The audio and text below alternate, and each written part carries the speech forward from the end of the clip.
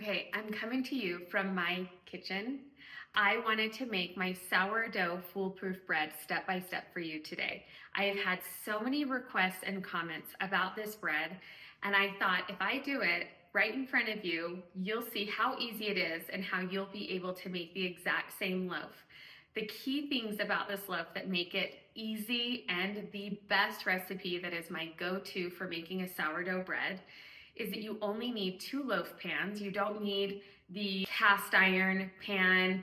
You don't need to do any stretching and folding. It just requires putting the dough together, letting it rise until it doubles, which is a step that I do at night. So by morning, I am separating it into 2 loaves into my loaf pans. I'm letting it rise one more time before we put it in the oven, and then you have delicious, fully fermented sourdough bread. So I'm gonna show you how to make it. Let's go.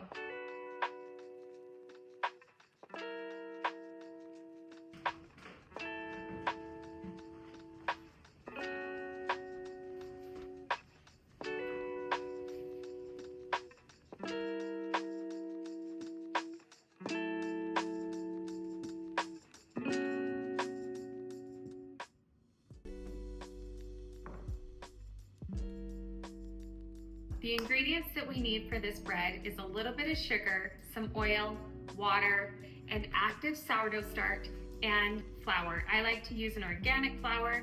The difference between this bread and your typical artisan sourdough loaf is the fact that we have oil and sugar in it. But I promise you, it is so easy and it works out every time. So we're gonna start with our mixing bowl, putting our flour in. We're gonna do 4 cups of flour.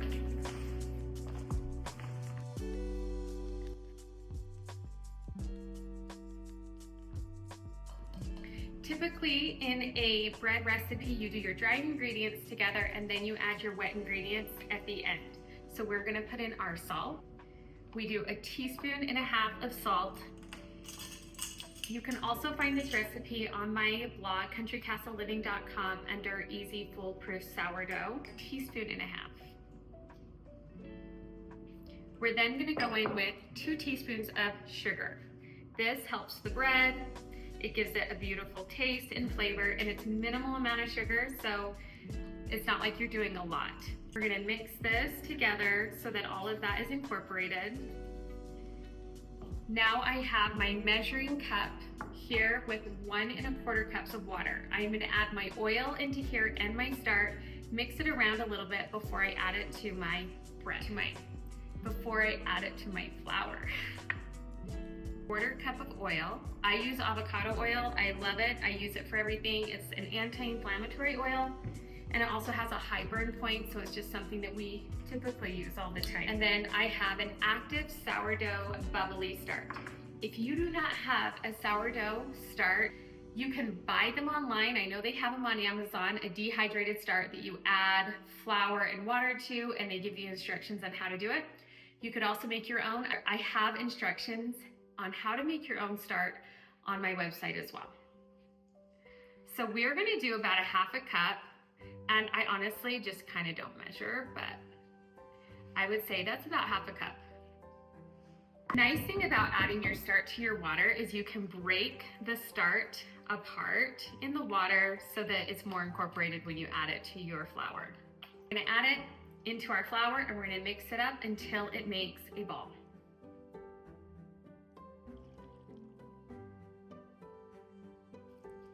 This is more of a dry dough.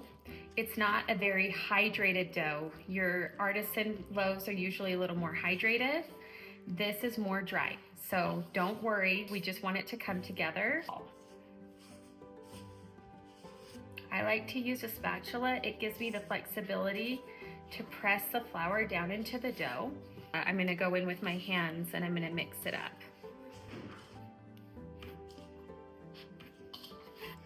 You knead the dough until it's all incorporated and you have a beautiful ball like that. You will cover it with a cloth and let it double in size, or my favorite method is to do it at night, and by morning you are forming your loaves to bake. By morning, or roughly 4 to 6 hours later, your dough should have doubled in size and it will look like this. And it is ready to separate into 2 loaves so that we can put it in our loaf pans. Oh, you want a lot of it.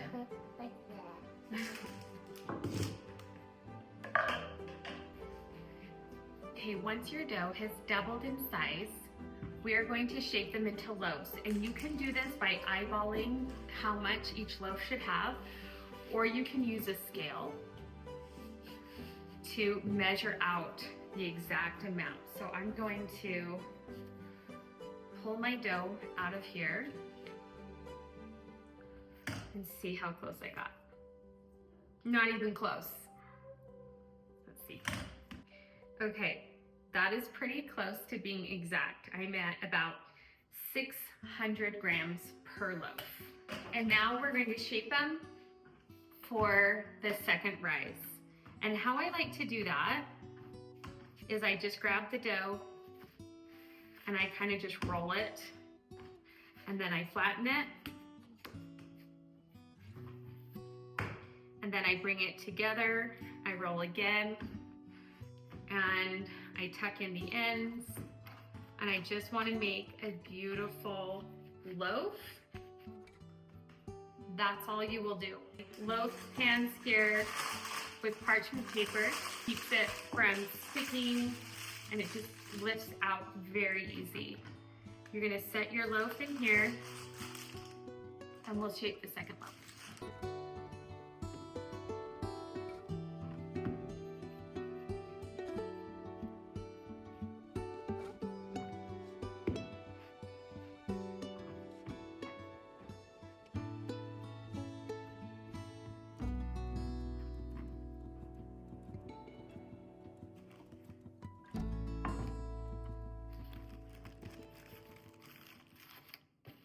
We're gonna let these 2 loaves rise until they've doubled in size.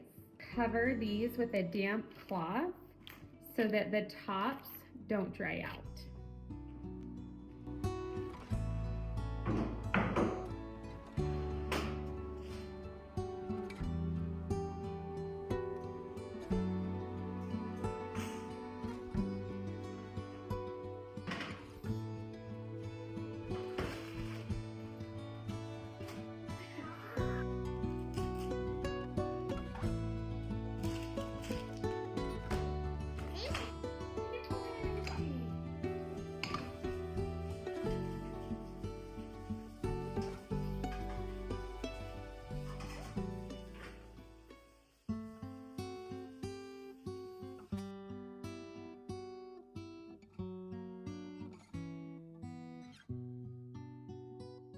So my loaves have now doubled in size. Well, to be honest, they've almost doubled in size.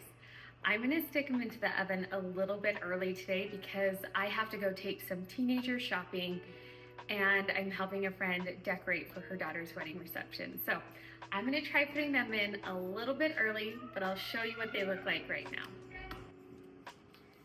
So once the loaves fill the pan, you are pretty close to baking. I like to have them rise a little bit more, but I'm gonna put mine in a little early today.